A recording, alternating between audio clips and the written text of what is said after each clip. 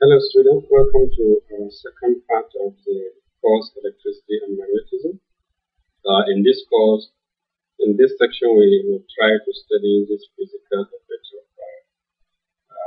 magnetism or magnetic effects. Historically, magnets are found to be stones in village Magnesia in Greece that attract some nails or ions in general. So typical magnet is demonstrated here in which a particular magnet is used to attract some nails.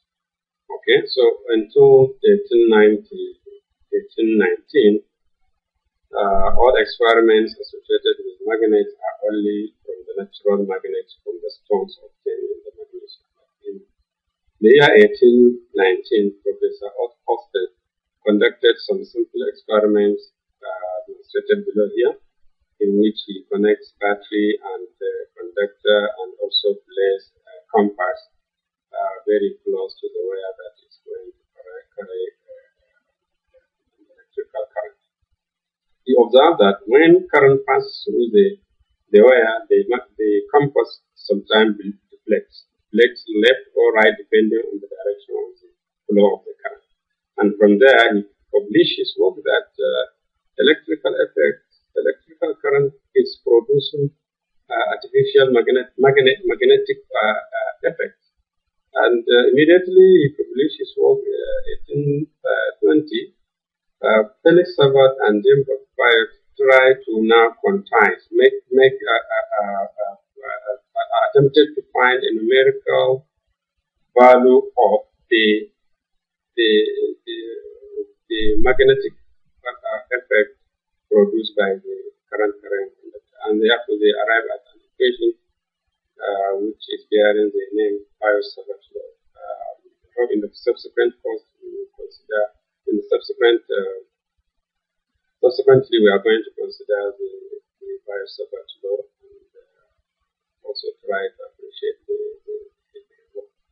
A similar attempt was also made by Andrew Ampere, in which he considered closed circuit and also tried to find the numerical value of the magnetic effect from the current that is circulating in the closed circuit. And his final equation is also bearing his name, Ampere's law. In the year 1831, Michael Faraday published his work in which he considered the opposite. Professor Oersted is proposing that electric current can produce magnetic effects. So Michael Faraday considered the reverse, that he published his work in which magnetic effect produce electrical effects, and that is what gives us to electromagnetic induction. So, in summary, the work of Professor Oersted gave us to electromagnetism, where the work of Michael Faraday gave us to electromagnetic induction. Okay, so all the equations were considered by James Clerk Maxwell and tried to harmonize them, thinking that since this one has effect, the electrical current has some effect of magnetic effect, and magnetic effect has some effect also on the electrical signals. Possibly the thinking of the Maxwell is that they should come from one source. Therefore, there should be an equation that is going to account for them, and it is going to involve the two effects. So his work, which he published in 1864, summarized all the effects in four equations. In those four equations, which if for time permits, we are going to consider, look at them. The four equations linked the two effects, the magnetic effect and the electrical effect. Also in his work, he realized and concluded also that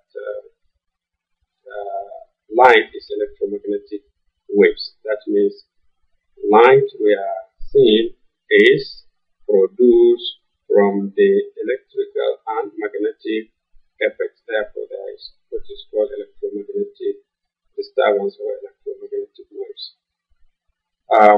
So this work,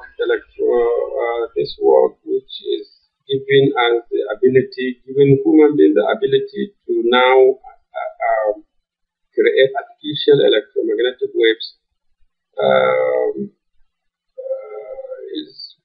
is going to be very, very useful, and so many innovations are coming from the electromagnetic waves. In the 1882, Edison used this concept, and produced the first electricity in the New York City, in America. And in the same year, Tesla also constructed a device which also produced electricity. So our electricity we are using today is the child of the work of this gentleman, and you can imagine life without electricity today, without electromagnetism also, and I'm sure you will realize that it is going to be very difficult. Our communication is using electromagnetic waves as the channel, meaning that you cannot communicate using telephone, using television, satellites. Our GSM are all employing electromagnetic waves as